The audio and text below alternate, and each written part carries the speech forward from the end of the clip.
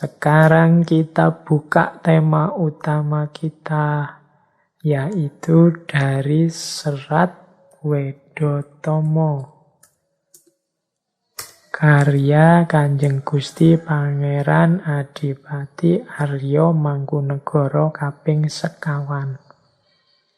Jadi serat Wedotomo ini isinya moral pendidikan dengan beberapa aksentuasi ajaran Islam di dalamnya. Kemudian terdiri dari sekitar 100 bait atau 100 pupuh yang terbagi dalam 5 lagu, yaitu Pangkur, Sinom, Pucung, Gambuh, dan Kinanti. Isinya serat ini ya sebagian besar falsafah hidup. Kalau dari sisi isinya sebenarnya ini dimaksudkan oleh Mangkunegara kaping sekawan untuk menasehati putra-putri beliau. Anak-anak muda yang akan melanjutkan estafet kepemimpinannya. Jadi kalau mau jujur, sebenarnya ya serat Wedotomo itu ya semuanya ajaran untuk seorang pemimpin atau calon pemimpin. Oke, cuma ya malam hari ini tidak mungkin kita buka semua. Saya ringkas-ringkas, kemudian saya kutip sedikit-sedikit. Paling tidak sudah kelihatan yang diinginkan, lebih detailnya lagi teman-teman yang mendalami. Pokoknya rumusnya itu ngaji kita ini, karena tidak mungkin kita ngaji detail satu-satu, setiap tema satu, nanti bisa-bisa satu kitab kita setengah tahun sendiri. Jadi sengaja biar teman-teman tidak bosan kan saya selalu nyuplik sedikit-sedikit. Kalau sudah tertarik silahkan didalami, karena sudah tertarik kan biasanya lebih nyaman, lebih enak mendalaminya. Baik, dari serat Wedotomo kita buka. Saya ringkeskan dulu tentang etikanya. Ini berarti etika untuk seorang pemimpin. Yang pertama, eling lan waspada.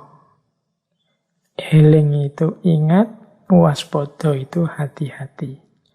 Ini hampir ada di semua karya moral para pujangga Jawa lama, istilah eling lan waspada ini. Jadi kalau mau diterjemahkan secara lebih bebas, eling itu biasanya arahnya vertikal kepada Tuhan, kepada Allah, kepada penguasa sejati. Jangan lupa bahwa Dia selalu hadir, selalu menemani kita, dan waspada. Waspada itu kesadaran akan sekeliling kita. Kalau eling itu vertikal, kalau waspada itu horizontal. Waspada itu bisa berhubungan dengan alam, bisa berhubungan dengan sesama manusia, dengan teman, dengan lingkungan sekeliling, itu waspada. Selalu bacalah, pahamilah, nah itu untuk lingkungan sekeliling. Kalau yang ke atas itu eling. Eling itu selalu zikir, selalu ingat akan kehadiran Allah. Pemimpin yang selamat adalah pemimpin yang eling lan waspada. Kepada Tuhan dia ingat, kepada sesama dan sekitar dia waspada. Oke, terus yang kedua, kenapa orang harus eling lan waspada? Karena jangan sampai orang itu atetombo yen wis bucik. Atetombo yen wis bucik itu berobat kalau sudah terluka.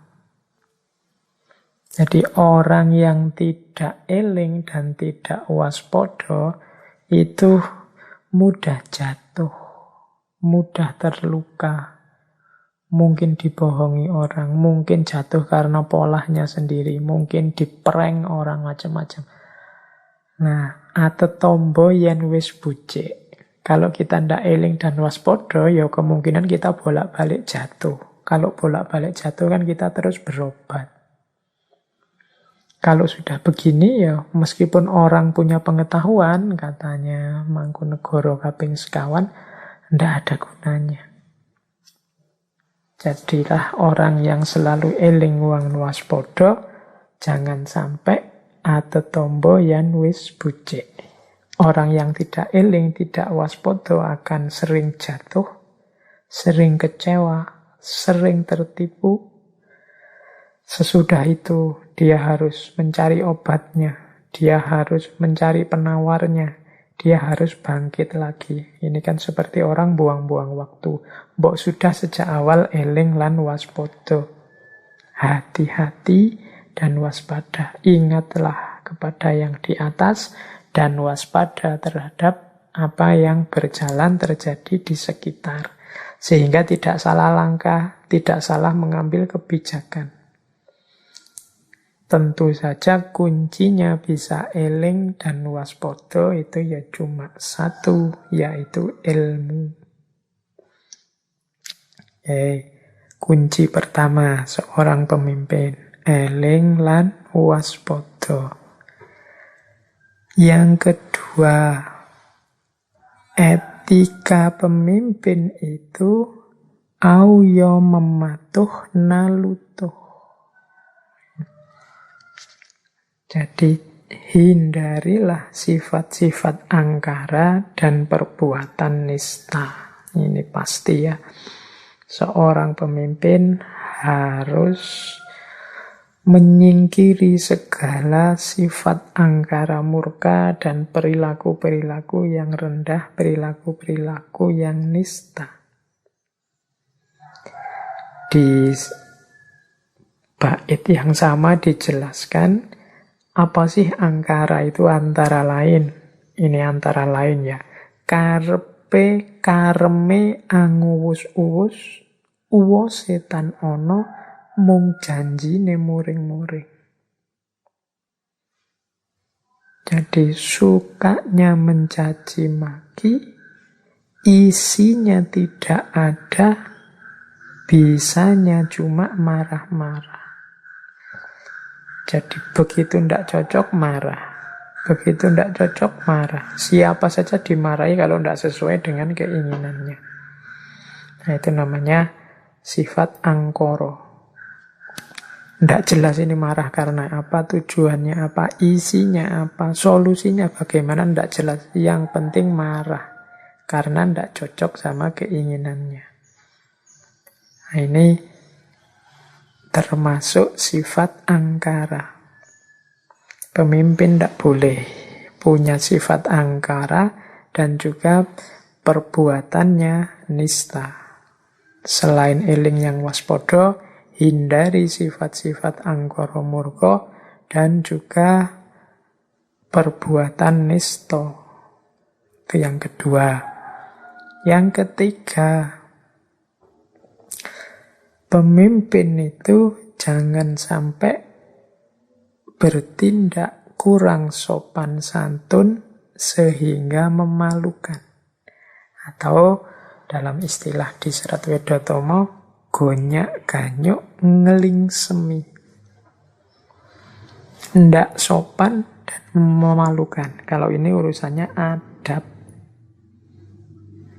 Kemudian juga ndak boleh nggugu karepe priyangga. Semaunya sendiri. Ndak bisa diatur. Nah ini juga ndak boleh. Secara adab dia ndak boleh bikin malu. Kemudian tidak boleh ingin menang sendiri. Kemudian dia juga harus mampu menempatkan diri, traping anggoniro, dan mematuhi aturan. Angger ugering keprabon. Ini seorang pemimpin secara adab harus bagus, secara hukum harus bagus, Secara susila harus bagus, secara sosial juga harus bagus. Jangan gonyak ganyuk angling semi, nggugu karepe priyangga, harus bisa traping anggonira dan angger ugering keprabon. Pemimpin jangan tidak sopan dan membuat malu. Pemimpin jangan semaunya sendiri. Pemimpin harus dapat menempatkan diri dan mematuhi aturan. Kalau pemimpinnya sendiri melanggar aturan, kalau pemimpin tidak bisa menempatkan diri, kalau pemimpin otoriter semaunya sendiri, kalau pemimpin tidak tahu sopan santun bikin malu saja, berarti dia tidak layak jadi pemimpin. Harus belajar lagi jadi pemimpin yang baik. Terus ada lagi pemimpin itu, ini kalau berhadapan dengan orang lain. Secara sosial dia harus bangkit, ajur, ajer. Nah, tadi sudah dijelaskan di depan. Ajur, ajer itu mampu membaur, bisa bergaul dengan siapa saja. Tidak sekedar orang yang dia sukai saja. Tidak sekedar kelompoknya saja. Tapi dia bisa berbaur dengan siapa saja. Bangkit, ajur, ajer. Pandai bergaul dengan berbagai kalangan. Kemudian pemimpin itu mengenai tiasing liyan. Jadi selalu menyenangkan hatinya orang lain. Mampu momong. Orang momong itu kan ya kadang tidak cocok sama yang dimomong. Tapi dia tetap bisa menyenangkan yang dimomong. Mengenai tiasing liyan. Meskipun mungkin pendapatnya berbeda dengan yang dia pimpin, dengan beberapa yang dia pimpin, tapi tetap dia fokus untuk menyenangkan, membahagiakan yang dia pimpin. Bahkan ada ilustrasi, den bisa mbusui ujaring jalmi. Kadang-kadang malah pura-pura bodoh. Jadi pemimpin, di antara pemimpin yang utama itu, sukanya membahagiakan, menyenangkan yang dia pimpin. Sampai kadang-kadang pura-pura bodoh, biar yang dia pimpin seneng.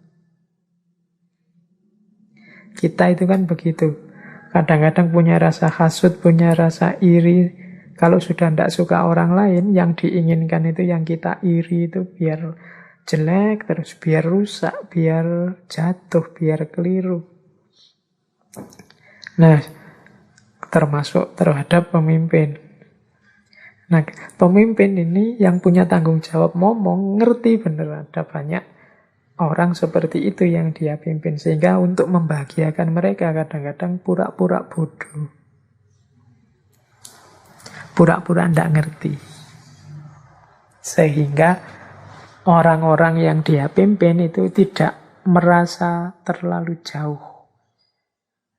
Tidak merasa terlalu minder, tidak merasa terlalu rendah. Orang yang bijaksana menghadapi orang dungu dengan cara sinamun ing samudono, dengan cara yang halus tapi tetap baik.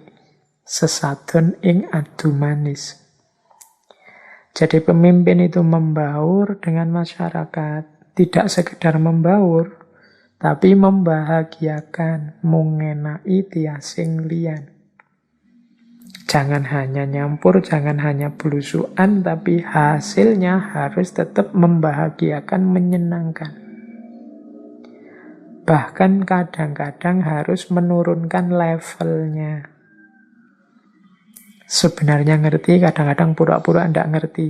Biar rakyatnya yang ngomong sendiri dan merasa mereka bisa. Kadang-kadang tahu tapi pura-pura tidak tahu. Dia menanggapi segala sesuatu dengan halus, tidak menjatuhkan.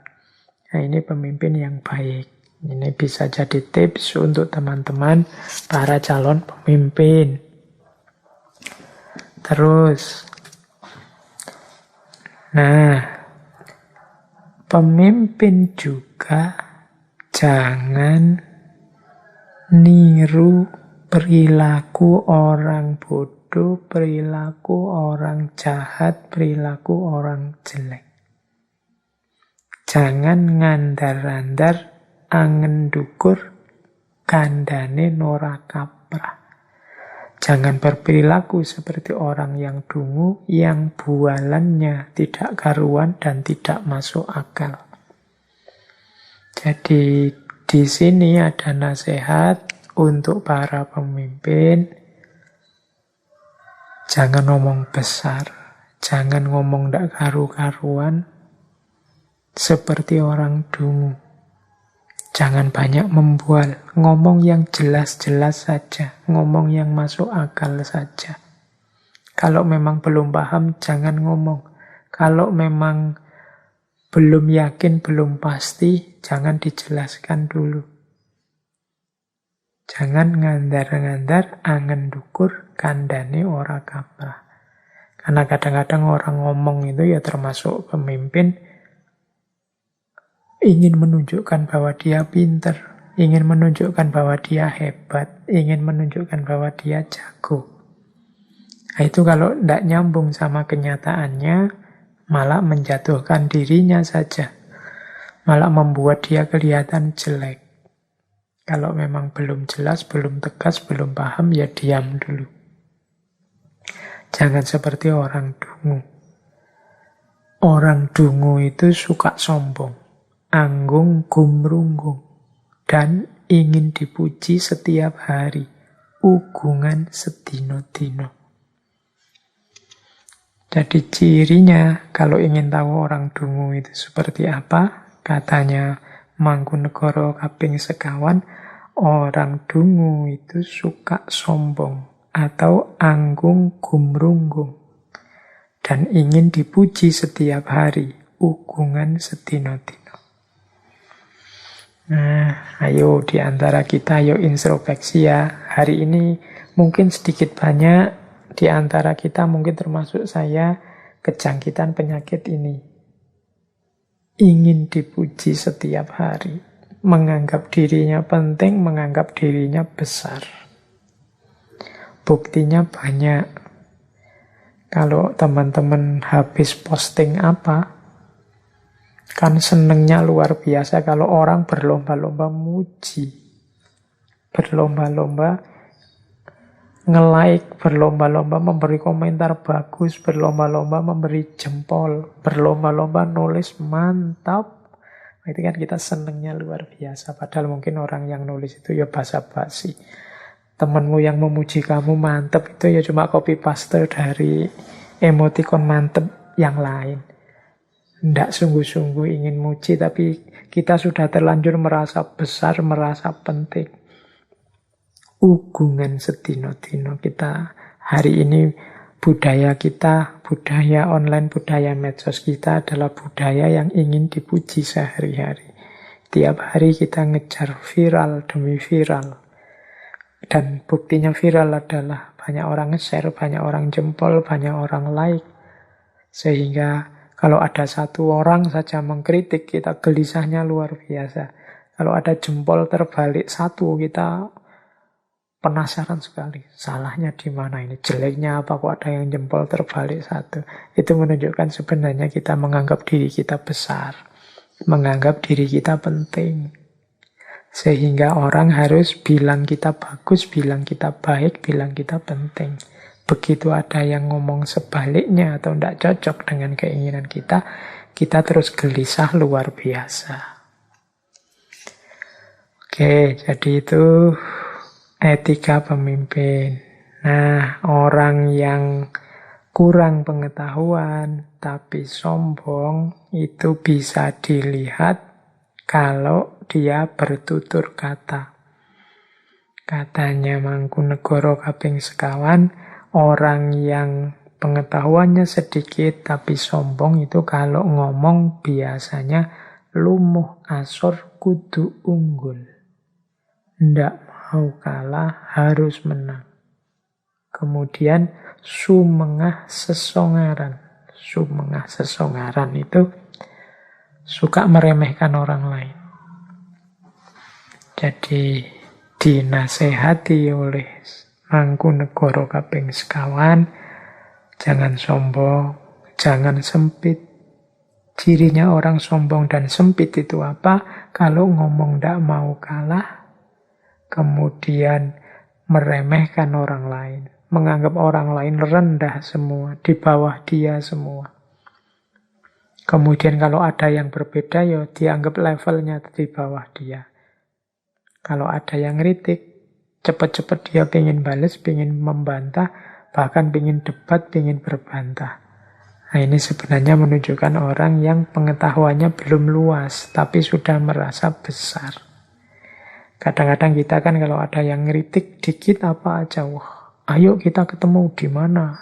Ayo, ya meskipun tidak selalu ngajak tawuran sih, saya jelaskan, kalau berani datang saja, jangan online. Itu sebenarnya menunjukkan bahwa kita juga sempit pengetahuannya. Orang punya pendapat berbeda kan tidak masalah. Orang punya pandangan berbeda kan tidak masalah. Bahkan kalau orang yang pengetahuannya luas, dia tahu konteks omongan yang mengkritik dia.